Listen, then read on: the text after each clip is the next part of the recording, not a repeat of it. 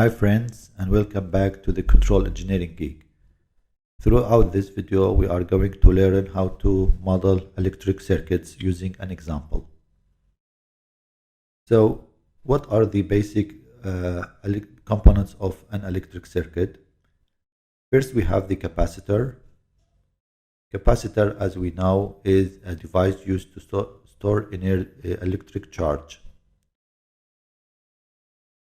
So how we can model this type of component in terms of the current that passes through the capacitor. The governing equation of the capacitor is this one here. So we can relate the amount of current that passes through a capacitor to the change in the voltage across the capacitor multiplied by the constant of the capacitor C. C is referred to as the capacitance of the capacitor. So based on this relationship here, the state variable for a given capacitor is the voltage across that capacitor. Keep this in mind. We're going to use this for modeling later. Another component is the inductors. The inductor is used also to store energy, but in a magnetic field. When electric current passes through this inductor. So when electricity passes through an inductor, it stores the energy in a field in a form of a magnetic field. So in terms the relationship between the current and the voltage across an inductor is given in this form. So the voltage equals to some constant multiplied by the change in the current through the inductor. So it's opposite of the capacitor. Here we have change in the current through the inductor instead of the change of voltage as we have in capacitors. So this constant L is called the inductance of the inductor. Is usually be given, and since we have change in the current that passes through the inductor, so the state variable that we are going to deal with in the modeling of electrical system, it will be the current that passes through the inductor. The last component we have is resistors. Resistors, as we know, the governing equation for this is the Ohm law, which relates the voltage across the resistor to the following current by this equation. Voltage equal to some constant, which is the resistance of the component multiplied by the current. Since we don't have any change here, we don't have state in resistance. So since the voltage, as I mentioned before, since the voltage and the current are related simultaneously, instantaneously to each other, there is no energy storage rather than being dissipated, this energy. So we don't have change in the voltage or the current as we saw in the inductors and capacitors. So we don't have any state here. So if we have an electrical system, the inductors and the capacitors contribute state to the system, to the giving system. However, resistance do not contribute any state for the system, and this will be a rule we are gonna build our model as we'll see in the example later. So if we have been given an electrical system with these three components, how we can find the governing equations? There are a few steps to do that. The first step is assume current direction in each loop and then assign current through each element accordingly. So we assign or we assume current direction in each loop in the loops of the given system. And according to that direction, the assumed direction, we assign current across each element or each component we saw earlier according to the assumed current direction. Based on the current direction assumed at each component, we also assign the polarity. So polarity will be like when the current enters the element, it gives a positive sign, and when it leaves that component, it gives a negative sign. The second step is now we need to identify the states. As I mentioned earlier, states are changed in current through inductors and voltage through capacitors. So the number of the change that you can see through capacitors and or inductors is equal to the total number of states, which based on the number of states you have to derive equations according to the number of the states. After we do all of these, we now are ready to apply the Kirchhoff voltage and current law around each loop and or now across any nodes. For the Kirchhoff voltage law, it is better to start with a point in the loop and make use of the polarity. Here you can put whether this system is contributing voltage to that loop or taking voltage from that is based on this sign assigned in the first step. Number of identified differential equations or governing relations is equal to the identified state in the step 2. This is very important. You have to carefully identify how many states you have in the system. Based on that, you have to work out the Kirchhoff laws, voltage and current laws, and find out number of equations. So the number of equations equal to the number of the states you have in the system. Okay, let's jump to our example. We have this example. We have a voltage input to the system. We have 2 resistors, 3 inductors, and 1 capacitors. In addition, we have also a current source here as well. The goal is to find the transfer function between the input Vn, whether this input or this input, and the voltage across the resistance to R here. So we have 2 inputs, 1 output, 1 undefined output, and we need to know the transfer function between these inputs and this single output. So the first step, as we mentioned earlier, is assume current direction for each loop. We have 3 loops here, so we can identify loop 1, 2, and 3 according to this loop. So this resistance has a current direction pointing to the right, giving polarity plus, minus. This part here has a direction I2 similar to the resistance, also give plus, minus, and accordingly you can identify all of these. One important point to mention here is this part here. The direction of the current is going from up to down, whether here is coming from down to up, so it depends on which one you want to dominate this.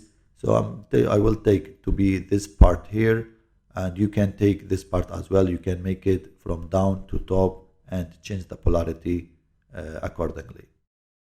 So the problem we face here is that in loop 1 and loop 2 we have a current source here, and we cannot apply Kirchhoff voltage law because we don't know the voltage of this current.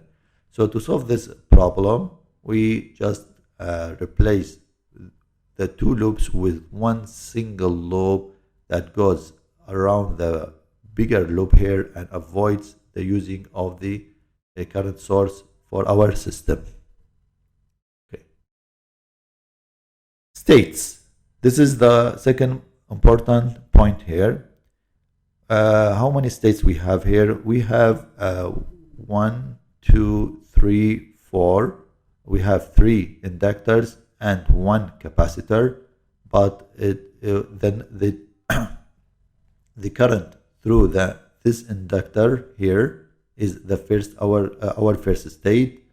The current through this inductor is our second state.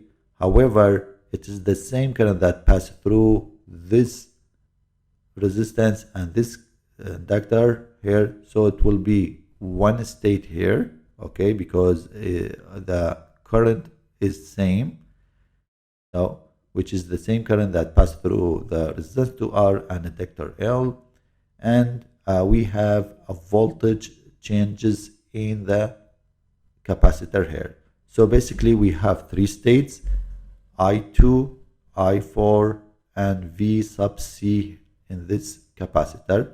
So we are expected to derive three differential equations. So we have three states. Each state needs to have its own differential equation. So in total, we need to have three differential equations. Okay, we are ready now to apply the Kirchhoff voltage and current laws. Let's start with the Kirchhoff voltage law using loop 4 here. So as I mentioned, for voltage, Kirchhoff voltage law, it's better to start with a point. Let's start with point A and make our road according to the loop that we identify as loop 4. So we have here, according to the direction of the current, we have a plus, minus, so this will be a plus, Ri plus I1, this is the voltage. We have another voltage across the inductor, which also starts with plus, okay, we put plus here. The same applies for the capacitors. We have a plus, and we come back here, we are facing minus, so it minus Vn equal to 0, and this makes sense because we have a voltage, source of voltage that has to drop in passive components or elements in the system. So this one is true. Rearrange the system and mark it as equation 1. Come back and apply the Kirchhoff one more time around loop 3. Start here, this is point B, and make your work direction of the assumed current direction. So we have the voltage across the resistance, the inductor one more time. So these are plus, because if you go with the direction of the current, so you face plus, plus, plus, but when you come to the capacitor, you face minus according to this direction, so it will be minus Vc. This is also true because Vc may work as a voltage source for this system. It's provide voltage, and this voltage has to be dropped in another passive system. So this equation is also true. Rearrange the equation here again and mark it as 2. So we have two equations that coming from each loop. We need one more equation because as we saw, we have three states. So far we got two of them. We need another relation. This relation comes from the current Kirchhoff current law. So if we apply the current law around this node B, we have I2 come in. However, I3 and I4 go out from the node. So if we I2 equals I3 plus I4, mark this as equation 3. We need another one. So we relate this component because we didn't see this in any equations. So far, we need to know how this input affects the output as well. So we identify node D here and apply the Kirchhoff current law one more time. So we have I2 coming in, In coming in, and I1 and In are coming in, and I2 is going out. So this is another relationship. So we have 4 relationships so far. We may identify more, but we need to have 3 relationships or 3 governing equations eventually. So far, we have computed the following relationships. These are coming from the Kirchhoff voltage law, and these 2 are coming from the current Kirchhoff law. Beside these equations, we have the relationships we saw in the for capacitors and inductors. Okay, so for the inductors, the change in the current multiplied by the constant of the inductor gives the voltage across that inductor, whereas in capacitors, the change in the voltage multiplied by the capacitance equals the current that passes through that capacitor. So we can write this VL according to this relationship as L di2 d2, since dl here is passed by I2. We have this VL2, which is this one, where I4 is passing through. Same for VL here, which is this component here. And finally, we have the capacitor V sub C, which is given by this relationship according to this one. So what's important here, since we have 4 relationships, we may have more, like 5 or 6. We can apply Kirchhoff current at each node and get more relationships here. But what's important is to identify each relationship and figure out how to manipulate it eventually. Okay, as mentioned before, it's important to know which equation needs to be manipulated and using what. So as a reminder, our states are I2, I4, and V sub C. If you come to this equation here, we have Vn in the system. We cannot play with this one. We have VL, V sub C, which are the states, or including the states. But this I1 is not a state, so we have to get rid of this I1.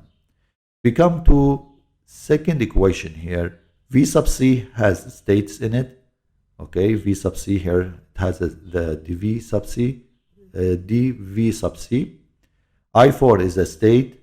V sub L has a state in it, so this equation is good to go, needs no manipulations. Same with the equation number 3. I2 is a state, I4 a state, I3 has a state in it, as we see from this relationship. So the only equation that we need to manipulate or use it in other equation is equation 4. So we can use equation 4 in equation 1 and get rid of the equation or I1 and make all this system all in terms of the states that we find. This is written here. So let's start playing around with these equations. So what we did here is substitute 4 into 1. And so far we will have 3 new relationships. All are in terms of the states, as you can see here. Okay. Write down these equations into standard ordinary differential equations, set of differential equations, so they are ready to be used later for simulation or finding transfer functions. These are the equations. As you can see here, each state has its own differential equation. So we have I2 has its own differential equations, I4, and V sub C. This is what you should expect eventually for each state in the system. The system here, this electrical system, each state has to have its own relationship or own differential equation eventually. For mechanical systems, it depends on the degree of freedom. How many degree of freedom are there in the mechanical system? According to those number of degree of freedom, you should have differential equations. So these differential equations, we can perform Laplace transform assuming 0 initial conditions. So we're gonna get these relationships here. So it's matter of algebraic now to find the input relationship between the input and output. Here, as I mentioned, we have 2 inputs, which is Vn and In, and single output, which is the voltage across the 2R. So since this is MISO system, multi-input single output system, So we need to cancel one on the inputs if we will want to find the transfer function between the other input and the output. So let's assume that the initial or the input in the current equals to 0, and we need to not find the relationship between the V out and the Vn, or the transfer function between these two equations, or two inputs output pair. So it's very easy. We have 1, 2, 3 relationships from substituting for I2 from equation 1 and 3. We can have this equation here. We have to solve for I4. Okay, so we have I4 in terms of the input and V sub C. Sub for Vc from 2 and solve for Vn in terms of I2. Substitute this in equation 2 here. Okay, so we're gonna have this theorem Vn in terms of the I4. Why I4? Why I put this in this form? Because I4 passes through the current 2R, which is the target V out that we want to know the relationship between it and the Vn. So what we need to identify here is the V out is equal to the current that passes through this resistance, which is I4, multiplied by the resistance 2R. So we have these two relationships. Just divide one by the other. Okay, divide both equations, and you find the transfer function between the V out and the Vn, which is a third order system, which is a third order transfer function.